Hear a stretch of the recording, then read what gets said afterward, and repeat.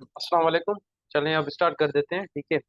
Wait कर लिया हमने कुछ लोगों का। अब मजीद कोई और भी अगर रहता है तो इंशाल्लाह वो ज्वाइन कर लेगा हमें बीच में ही। तो कोई मुझे बताएगा कि पिछली क्लास में हमने क्या क्या चीज़ें डिस्कस की। कौन बताएगा? सर शाबाश। इंटरनेशनल ऑर्गेनाइजेशन पढ़ी थी।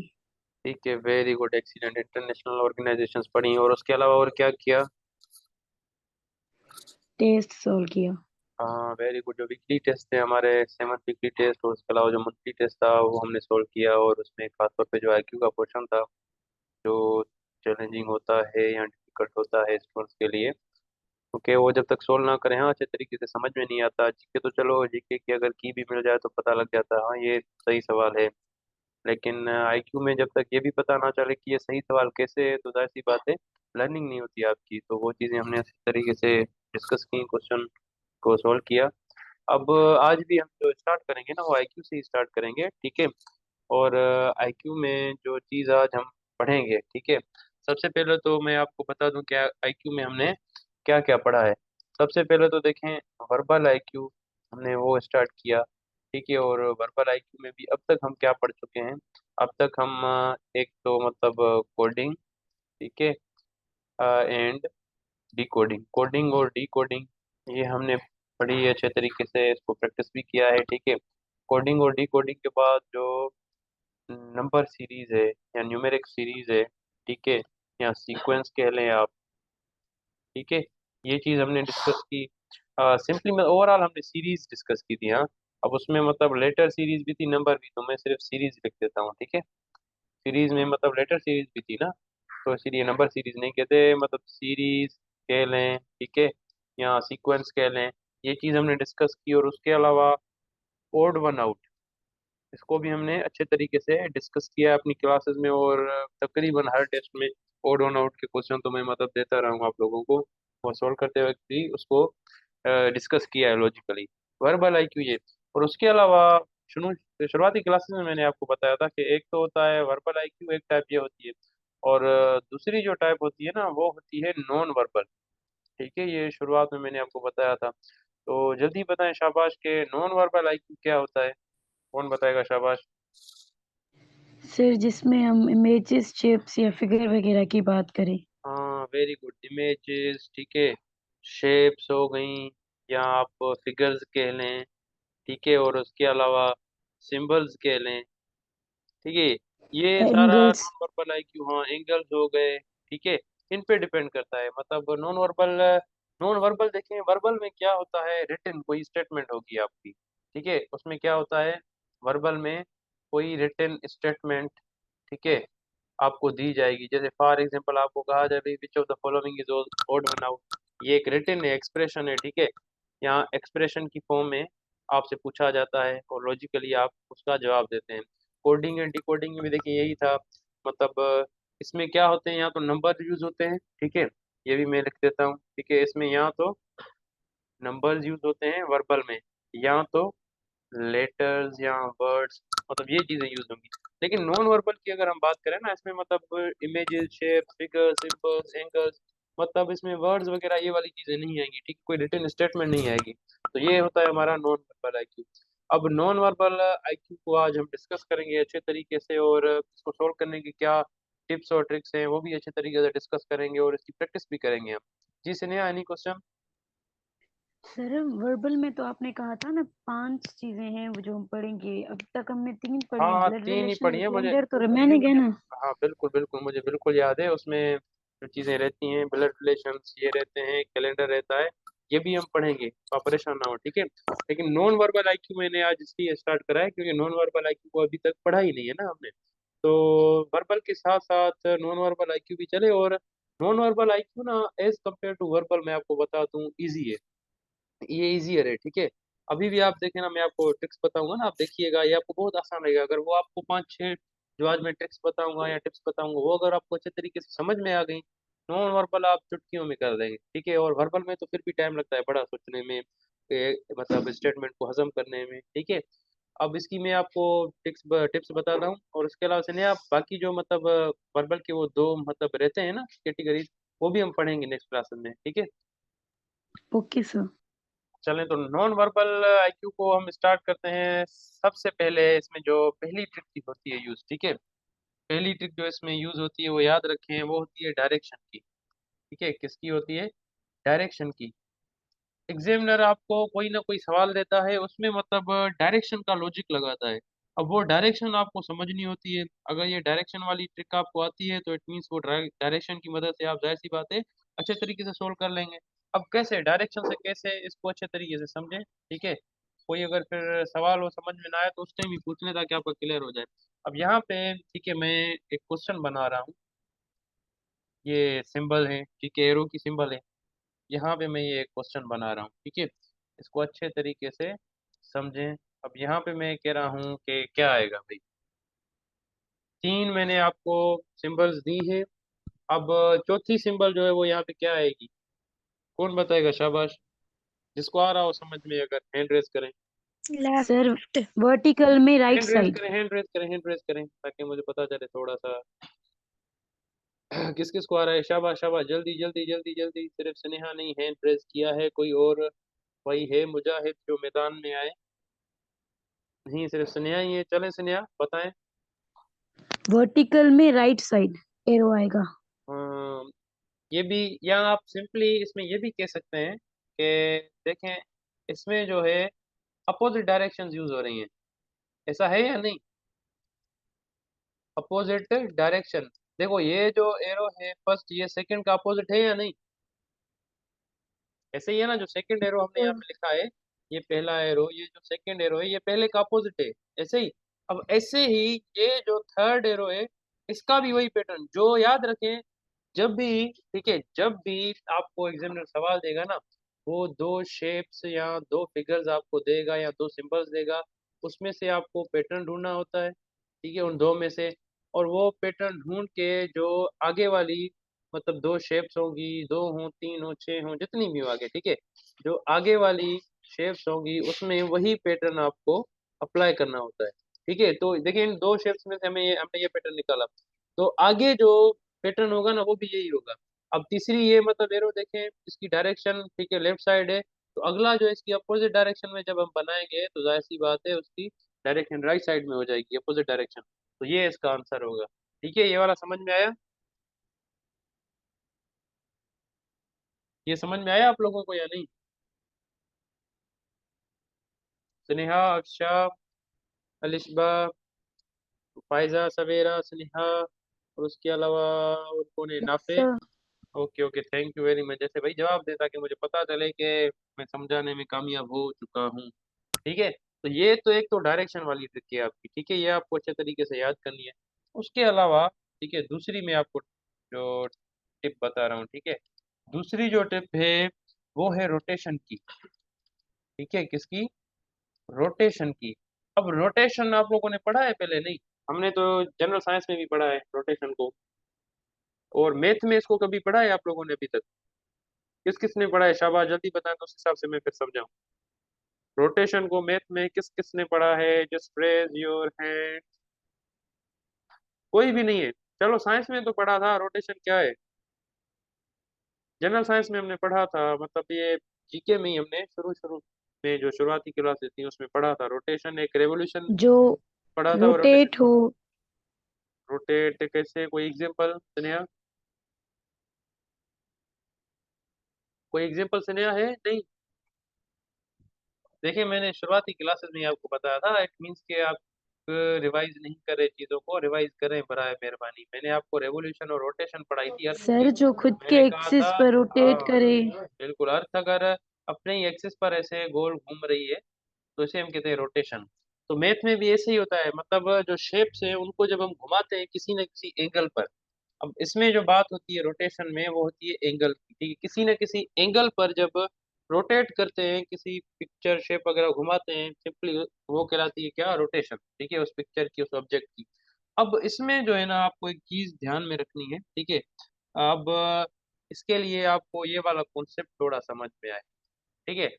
आपने ये प्रोटेक्टर या डी मैथ में देखा होगा, ठीक है, शेप्स बनाने के लिए अगर किसने यूज किया है, ठीक है, तो प्रोटेक्टर या डी कहते हैं। तो एक डी जो है 0 डिग्री से स्टार्ट होता है और 180 डिग्री से डिग्री पर खत्म होता है। ऐसे ही नीचे एक और डी अगर हम मिला दें, जो ये देखें मैंने एक और डी यहाँ पे मिला दिया, अब जाहिर सी बात है ये भी 180 डिग्री का होगा। ठीक है, तो देखिए 180 डिग्री का ये और 180 डिग्री का ये, तो ओवरऑल टोटल ये कितने डिग्री का हुआ, कौन बताएगा, थ्री शाबाश। Sixty 360, excellent. ठीक है, 360 डिग्री का टोटल मीन्स कि ये जो पूरा सर्कल है, ठीक है, ये कितने का है, 360 डिग्री का है। अब हम कभी भी कोई चीज रोटेट करते हैं ना, वो इसी एंगल पर करते हैं। ठीक है, कैसे, अब वो मैं आपको समझाता हूँ। जैसे फॉर एग्जांपल देखें, यहाँ पे मैं वही जो एरोज मैंने पीछे लिखे थे, एरोज में ये लिख रहा हूँ, एक ये एरो, एक ये एरो। मुझे बताएं इसमें मैंने कितनी रोटेशन की, कौन बताएगा, शाबाश। इसमें मैंने कितनी रोटेशन की, कौन बताएगा, कौन बताएगा, शाबाश। नाफे, अफशा, निस्बा, स्नेहा, सवेरा, सवेरा, मुनव्वर, कितनी रोटेशन की, अनम्यूट करके कोई बता दे, अनम्यूट करके, शाबाश। चैट बॉक्स में नाफे, अलिशबा, बिल्कुल ऐसा ही है, आप लोगों ने सही बताया, 90 डिग्री। ठीक है, तो बिल्कुल 90 डिग्री, वो कैसे देखें, मैं दोबारा इस सर्कल को बना रहा हूँ। ठीक है, सर्कल थोड़ा इधर उधर हो जाए तो हाँ, माइंड नहीं कीजिएगा। अब यहाँ पे देखें, मैंने जो एरो बनाया है, ये यहाँ पे एरो बनाया, ऐसा ही है। अब देखें, ये मैं इसको चार हिस्सों में डिवाइड करता हूँ। अब टोटल जो है यहाँ पे ये देखिए 180 का है ना, अब इसको भी जब दो हिस्सों में करूंगा तो इट मीन्स 90 डिग्री ये होगा, 90 डिग्री ये होगा, ऐसे ही 90 डिग्री ये होगा और 90 डिग्री ये होगा। अब इस एरो को जब मैं यहाँ पे ला रहा हूँ, कि यहाँ पे ये एरो बना रहा हूँ ऐसे, तो जाहिर सी बात है देखें, जीरो जीरो डिग्री से वो गया ऐसे 90 डिग्री तक गया, तो इट मीन्स के इसमें जो रोटेशन मैंने की है वो कितनी की है, 90 डिग्री की है। तो कभी कभी ऐसे रोटेशन डायरेक्शन, अगर कहीं कहीं ऐसे क्वेश्चन होते हैं जिसमें सिर्फ रोटेशन का काम होता है, डायरेक्शन का वहां पे रिलेटेड होगा या कभी कभी नहीं भी होगा, तो वहां पे अगर डायरेक्शन से काम ना हो तो फिर आप रोटेशन की मदद भी ले सकते हैं। ठीक है, रोटेशन से भी आपकी जो चीजें हैं वो बहुत आसान हो जाएंगी। अब रोटेशन में जब हम आते हैं ना, तो रोटेशन होती है दो किस्मों की। ठीक है, कोई बताएगा वो दो किस्मों की जो रोटेशन है वो कौन कौन सी है। ठीक है, two types of rotation, anyone जिसको पता हो थोड़ा बहुत। Sir anti clockwise and clockwise rotation. ये सबसे एक्सीलेंट, बिल्कुल आपका एक चॉकलेट हो गया। हाँ, ठीक है, आपके खाते में मैं अभी लिख देता हूँ। बिल्कुल, एक होती है क्लॉकवाइज, ठीक है, और दूसरी होती है एंटी क्लॉकवाइज। ठीक है, क्लॉकवाइज और एंटी क्लॉकवाइज। अब देखें, यहाँ पे ये सपोज करें ये एक वॉच है, चलिए मैं थोड़ा इसको और मजीद अच्छे तरीके से बनाता हूँ। हाँ, थोड़ा टेढ़ी मेढ़ी लग रही है। अब आते हैं, अब यहाँ पे सपोज करें ये एक वॉच है, ठीक है, या घड़ियाल है एक। अब उसमें आपने देखा होगा कि ये फॉर एग्जांपल इसकी जो सुइयां होती है, नीडल्स, ये इधर एक नीडल है, ठीक है। अब यहाँ पे फॉर एग्जांपल 12 है, ठीक है, यहाँ पे 6 है, यहाँ पे 3 है, यहाँ पे 9, ठीक है। अब जिस डायरेक्शन में वो टाइम वाली जो हमारी नीडल है या कोई भी नीडल है क्लॉक की, जिस डायरेक्शन में वो रोटेट करती है वो कहलाती है क्लॉकवाइज। ठीक है, अब जैसे फॉर एग्जाम्पल देखें, 12 12 के बाद सुई कहाँ पर जाएगी, एक पर जाएगी ना, फिर कहाँ पे, दो पे, फिर तीन पे। कभी ऐसे हुआ है 12 पर सुई आई फिर पीछे मतलब 11 की तरफ गई फिर 10 पर। जनरली जो वॉच में टाइम होता है क्लॉक वाइज वैसे होता है ना, 12 1 2। तो जब ये डायरेक्शन अप्लाई हो, ये रोटेशन अप्लाई हो, फिर इसको हम कहते हैं क्लॉक वाइज। ठीक है, ये फिर क्या कहलाएगी, क्लॉक वाइज। मतलब यहाँ से ये सुई आके अगर इधर फिर 3 तक आ जाए तो ये क्लॉक वाइज है। ठीक है, जैसे वॉच में होता है सिस्टम। अब ये तो है क्लॉक वाइज, ठीक है। अब दूसरी जो एंटी एंटी क्लॉक वाइज है उसको समझे। एंटी क्लॉक वाइज मतलब वो इसके अपोजिट में जाए, जैसे फॉर एग्जाम्पल यहाँ पे ये 12, ये 3, ये 9, ये 6। अब ये नीडल फॉर एग्जाम्पल भाई 12 पर है, ठीक है, वॉच की।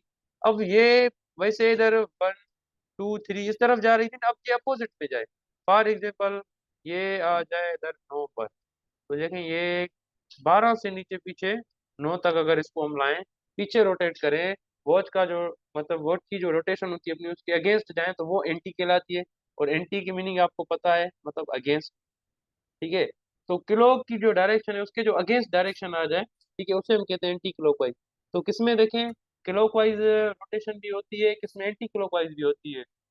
वो कैसे, अभी मैं आगे आपको सवाल मतलब सवालों की जब प्रैक्टिस कराऊंगा ना, आपको पता लगेगा कि इसमें क्लॉकवाइज हो रही है या एंटी क्लॉकवाइज हो रही है। ठीक है, समझ में आ रहा है, वो आपको आगे पता चलेगा। या चले एक इसकी एग्जांपल मैं आपको यहाँ पे दे देता हूँ। अब यहाँ पे मैं एक चीज लिख रहा हूँ, इसको अच्छे तरीके से समझे, ठीक है। अब सपोज यहाँ पे मैं एक एरो बना रहा हूँ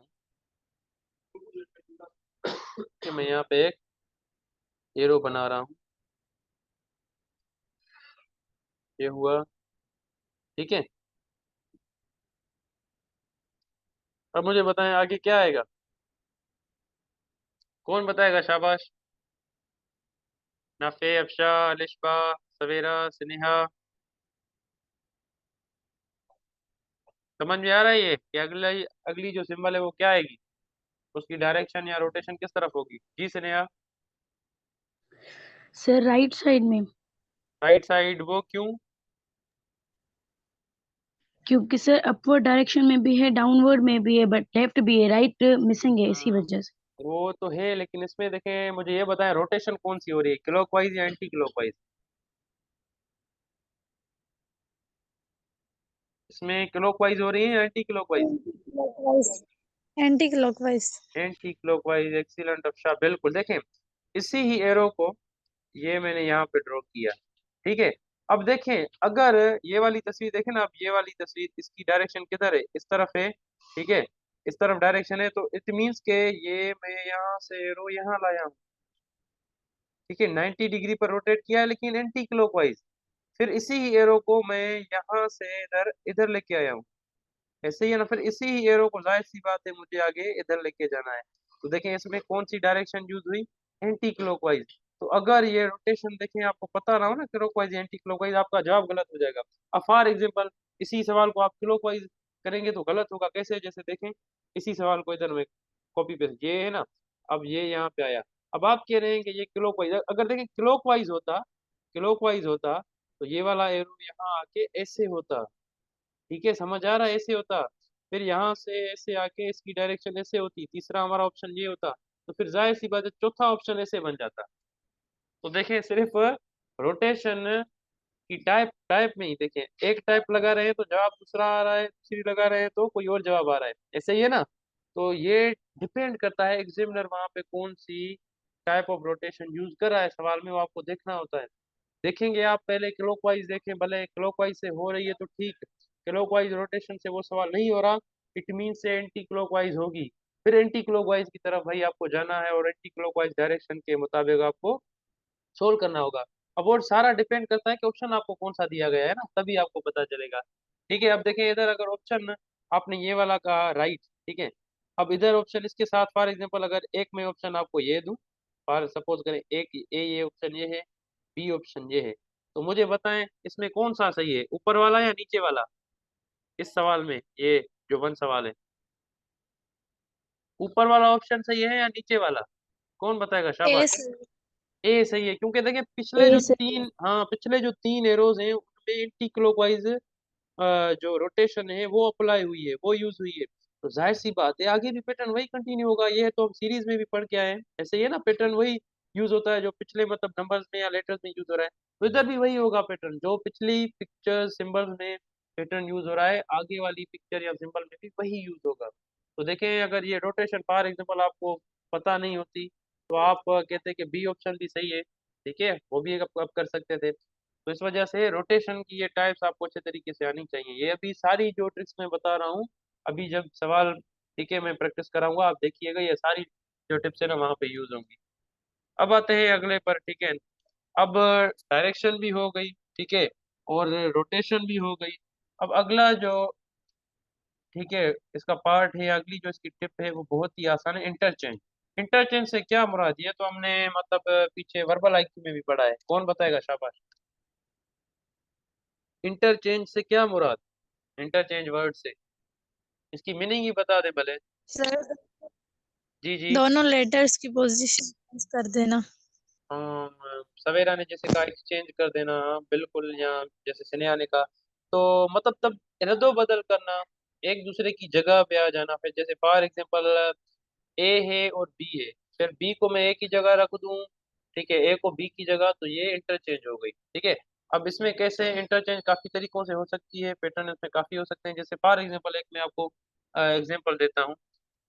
ये मैंने एक सवाल लिखा, ठीक है, और ये आगे मैंने दूसरा लिखा।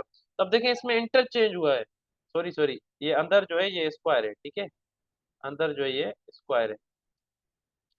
अब इसमें देखें इंटरचेंज किया है, क्या किया है, बाहर जो स्क्वायर था, पहले में बाहर स्क्वायर है, अंदर रेक्टेंगल है, सॉरी ट्रायंगल है। उधर मैंने क्या किया है, ट्रायंगल को बाहर स्क्वायर की जगह रखा और स्क्वायर को अंदर ट्रायंगल के, ठीक है, ट्रायंगल की जगह रखा। तो देखें ये इंटरचेंज हो गया, दो चीजों ने एक दूसरे की जगह ले ली, तब्दील कर ली, ठीक है, तो ये इंटरचेंज हुआ। अब एक और मैं क्वेश्चन लिखता हूँ, अब मुझे जवाब जिसको जिसको आ जाए वो सिर्फ हैंड रेज करे, ठीक है। ये ऐसा समझे मैं यहाँ पे सवाल लिख रहा हूँ भाई, नॉन वर्बल आईक्यू का। अब जिसको ये समझ में आए वो सिर्फ हैंड रेज करे, जिसको इसका आंसर आ जाए वो सिर्फ हैंड रेज करे भाई। इधर क्या आएगा, हैंड रेज करें जिसको आ रहा है इसका आंसर, शाबाश, जल्दी करें जल्दी करें जल्दी करें, शाबाश शाबाश, जी सवेरा जल्दी बताएं आप, जी सवेरा जल्दी बताएं। इसमें हम सर्कल के अंदर रेक्टेंगल रखेंगे। वो कैसे, रीजन बताएं सवेरा। सर जैसे आपने पहली फिगर में जो है ना ट्रायंगल के अंदर सर्कल रखा, दूसरी फिगर में ट्रायंगल के सर्कल के अंदर ट्रायंगल रखा, फिर ऐसे इंटरचेंज किया, तो फिर हम तीसरी वाली पिक को भी इंटरचेंज हाँ करेंगे। Very good. देखें ये जो पहली जो तस्वीरें, मैंने आपको कहा था ना कि एग्जामिनर आपको एटलीस्ट तीन चीजें देगा, तीन तस्वीरें, तीन सिंबल देगा। उसमें से पहली जो दो है उसमें आपको पैटर्न ढूंढना होता है, उसमें पैटर्न मिल गया, वही आगे वाली शेप्स फिगर्स पे अप्लाई होगा। अब इसमें देखें पोजीशन इंटरचेंज हुई है, ऐसे ही ना, सर्कल की जगह जो है वो ट्रायंगल ने ले ली और ट्रायंगल की जो जगह है वो सर्कल ने ले ली, इधर भी ऐसे ही होगा। अब सर्कल जो है वो रेक्टेंगल की जगह लेगा तो जाहिर सी बात है बाहर आएगा रेक्टेंगल की जगह, और रेक्टेंगल जब सर्कल की जगह लेगा तो जाहिर सी बात है सर्कल की जगह अंदर आ जाएगा। तो ये इसका ऐसे आंसर है, ठीक है। तो ये इंटरचेंज वाली ट्रिक भी होती है। उसके अलावा मैं आपको चौथी जो ट्रिक या टिप बताऊं, ठीक है, वो है डबलिंग की, ठीक है, क्या, डबलिंग। डबलिंग से मुराद ट्वाइस, किसी भी चीज को ट्वाइस कर देना।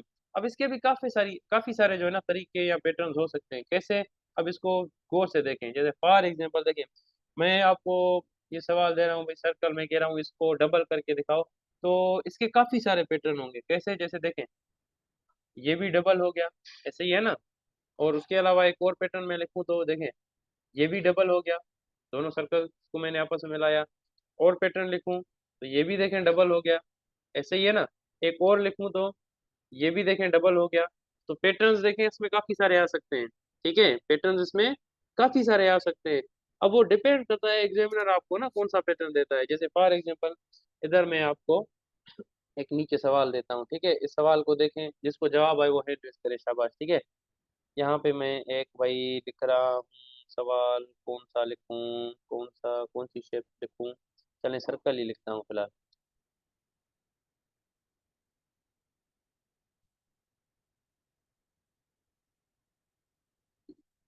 जी कौन बताएगा, शाबाश, जिसको आ रहा है ये वाला सवाल समझ में वो हैंड रेस करे, जिसको जवाब आ रहा है अच्छे तरीके से लॉजिकली जल्दी करे, शाबाश। ट्रिक यही यूज हो रही है जो ऊपर मैंने बताई, जल्दी जल्दी हैंड रेस करें, किस किस को आ रहा है, शाबाश शाबाश शाबाश। यस स्नेहा, स्नेहा नहीं हैंड रेस किया है भाई, स्नेहा ही कोई चॉकलेट लेने, हाँ बाकी बस ऐसे ही है। जी जी स्नेहा। ट्रायंगल का डबल होगा, डबल कैसे होगा, बताए ना पैटर्न। क्योंकि सर आपने पहले सर्कल एक सिंगल रखा, फिर डबल रखा, फिर ट्रायंगल सिंगल रखा, तो उसी हिसाब से ट्रायंगल जो है डबल रखेंगे ना डबल फिर। कैसे, डबल का भी पैटर्न बताया ना, चलें एक तो ये मैंने ट्रायंगल की, दूसरी कहाँ पे रखूँ एक ट्रायंगल। ट्रायंगल इसके अंदर एक ट्रायंगल। हाँ अंदर, वेरी गुड। देखें इसमें जो डबलिंग का पैटर्न था, इसमें डबलिंग का पैटर्न ऐसे उसने रखा है कि एक ही तस्वीर के अंदर ही वही तस्वीर रख दी है, ठीक है। तो पीछे भी जाहिर सी बात है यही होगा, उसी एक ही शेप में वही शेप डाली जाएगी, ठीक है। तो पैटर्न देखें पीछे से जो बनेगा दो का वही आगे हमने फॉलो करना है, ठीक है। तो ये डबलिंग वाला कॉन्सेप्ट। अब ऐसे ही डबलिंग की तरह मतलब थ्राइस भी हो सकता है, कोई एग्जामिनर मतलब चीजों को मतलब थ्राइस कर सकता है, तीन मरतबा है कि मतलब शेप को आगे लिख सकता है, ठीक है, बना सकता है। तो वो आपको देखना है कि डबलिंग यूज हो रही है, मतलब ट्वाइस या थ्राइस फोर्थ, जितना भी जिस तरीके से वो बनाएगा पैटर्न, जाहिर सी बात है उस तरीके से ही आपको अगला फिर सोल्व करना होगा। ऐसे भी ये चीजें हो सकती हैं। उसके अलावा अगला सर पैटर्न मैं आपको बताऊं। जी जी। इंटरचेंज सिर्फ पहली और दूसरी नंबर में कर सकते हैं हम। कैसे मतलब पहली और दूसरी? जी जैसे कि आपने पहले शेप बताई थी, स्क्वायर ट्रायंगल है, फिर ट्रायंगल में हमने स्क्वायर रख दिया, तो इंटरचेंज हम दो ही में करेंगे। उसके भी अगर देखिए अगर पैटर्न हो सकते हैं, उसके भी काफी सारे पैटर्न हो सकते हैं। मैंने आपको कहा ना वो एग्जामिनर पर डिपेंड करता है। आपको ये ट्रिक सिर्फ ढूंढनी है, लग रही है नहीं। जैसे फॉर एग्जाम्पल, चलो एक और मैं इधर जो है ना पैटर्न बनाता हूँ, इसको थोड़ा गौर से देखें। मैं यहाँ पे लिख रहा हूँ, ऐसे देखें। मैं ये लिख रहा हूँ, ये एक ऑप्शन है, ठीक है, ये दूसरा है। अब मुझे बताएं यहाँ पे क्या आएगा। जी कौन बताएगा, शाबाश। जी सुनिए, आपने ही सवाल किया था ना, बताएं। ट्रायंगल पहले आएगा फिर सर्कल आएगा। हाँ देखें, समझ में आया अब? सुनिए सर समझ। मेरा सवाल था कि हम पहले मतलब दो ही में ही कर सकते हैं, जैसे सीरीज में था, एक नंबर स्किप करके तीसरे में कर रहे थे हम, ऐसे इंटरचेंज नहीं नहीं कर नहीं, सकते हम। कर सकते हैं ना, वो तो मैंने आपको बताया कि एग्जामिनर आपको 5 6 भी दे सकता है ना, वो एग्जामिनर पर डिपेंड करता है। मैं तो यहाँ पे सिर्फ आपको 2 दे रहा हूँ, क्योंकि 2 से भी पैटर्न बन जाता है कि कम से कम 2 होने चाहिए। अब फॉर एग्जाम्पल वो आपको 4 में वही पैटर्न दे और पांचवी शेप दे के बोले छठी शेप जो है ना वो कौन सी होगी। ठीक है, समझ आ रहा है? तो ऐसे भी दे सकता है वो। यस। आपको सिर्फ पैटर्न ढूंढना होता है, पीछे वाले में वही पैटर्न अगर अप्लाई हो रहा है, इट मींस आपका जो काम है वो हो गया। चलें अब इधर आते हैं, ठीक है। अब जो फिफ्थ ट्रिक है वो है डिलीशन की। डिलीशन से क्या मुराद, क्या लग रहा है आपको? जी डिलीशन से क्या मुराद? डिलीशन वर्ड की क्या मीनिंग हो सकती है, मीनिंग ही बताएं जल्दी, किसी को कोई आ रही चीज है? जी कर अफशा। देना कैंसिल। हाँ वेरी गुड। बिल्कुल, ये वर्ड डिलीट से लिया गया है। इसको आप डिलीट भी कह सकते हैं या कैंसिल, मतलब इसमें कोई ना कोई चीज़ हम कैंसिल कर देते हैं। जैसे फॉर एग्जांपल कैसे, इसकी मैं आपको मिसाल दे रहा हूँ। यहाँ पे मैंने ये एक शेप बनाई, उसके अंदर ये लाइन लगाई, फिर मैंने ये शेप बनाई, ठीक है, फिर मैंने ये शेप बनाई। अब मैं कह रहा हूँ कि बताओ इसका आंसर क्या होगा। जी कौन बताएगा, शाबाश। क्या आएगा? Circle. Circle. Circle, excellent Nafe Sneha, बिल्कुल सिर्फ सर्कल आएगा। वो इसलिए क्योंकि देखें इसमें जो ये लाइन है, ठीक है, ये वाली लाइन इसने डिलीट की है। आगे जो तस्वीर, इसी को ही तस्वीर वही है, लेकिन उसकी ये लाइन देखें डिलीट की है, और ये तस्वीर यहाँ पे बना दी वही। अब इधर भी ऐसे ही होगा, वही लाइन हम इधर, मतलब वही शेप या फिगर उधर हम लिखेंगे, और इसकी जो अंदर वाली ये लाइन उसको हम डिलीट कर देंगे, वही पैटर्न फॉलो करेंगे सिंपली। ठीक है, समझ में आ गया, ये चीज समझ में आई? Yes sir. चलें एक्सीलेंट। अब आगे आपको लास्ट ट्रिक में बताता हूँ, ठीक है। ये देखें, ट्रिक्स और टिप्स ये बड़ी इंपॉर्टेंट है, इनको अच्छे तरीके से समझें। इसमें अगर कोई आपका क्वेश्चन हो तो पूछ लें आप, ठीक है अभी। और जो सिक्स जो ट्रिक है इसकी वो है, ठीक है, कलरिंग, ठीक है, यहाँ से हम शेडोइंग भी कहते हैं, ठीक है, कलरिंग या शेडोइंग। इसमें क्या होता है कि मतलब कोई पिक्चर है उसमें कलर होगा, शेडो होगा, मतलब ठीक है, ये चीजें यूज की जाएंगी। जैसे कैसे, फॉर एग्जांपल देखें, मैं आपको यहाँ पे सवाल देता हूँ कि ये सवाल है, ठीक है, अब इसको अच्छे तरीके से देखें, ठीक है। अब ये मुझे बताएं कि इसका आंसर क्या होगा। यहाँ पे क्वेश्चन मार्क है, यहाँ पे कौन सी फिगर या शेप आनी चाहिए। जी किसको समझ में आ रहा है, हैंड रेज करें, शाबाश, जल्दी करें जल्दी करें, हरी अप, जल्दी करें, सर मिनट हमारी एंड होने स्क्वायर वाली हाफ है। फिल होगा जी Nafe. Sir. Square half fill. Square half fill, very good. तो इट मीन देखिए कलरिंग वाला कॉन्सेप्ट आ गया ना। हाँ, देखिए स्क्वायर है या रेक्टेंगल जो भी, ठीक है। तो देखिए कलरिंग वाला कॉन्सेप्ट, देखिए पहली जो ये शेप थी इसमें देखिए नो कलर है, ठीक है, कलर नहीं है। और इधर उसी शेप को ऊपर वाला जो उसका हिस्सा है उसको कलर करा है, उसमें कलरिंग आ गई। इधर भी ऐसे ही होगा, यही शेप हमने उधर लिखी और इसका जो ऊपर वाला हिस्सा है उसको हमने कलर कर दिया। और ये याद रखें, कलर भी देखें कौन सी डायरेक्शन में हो रहा है।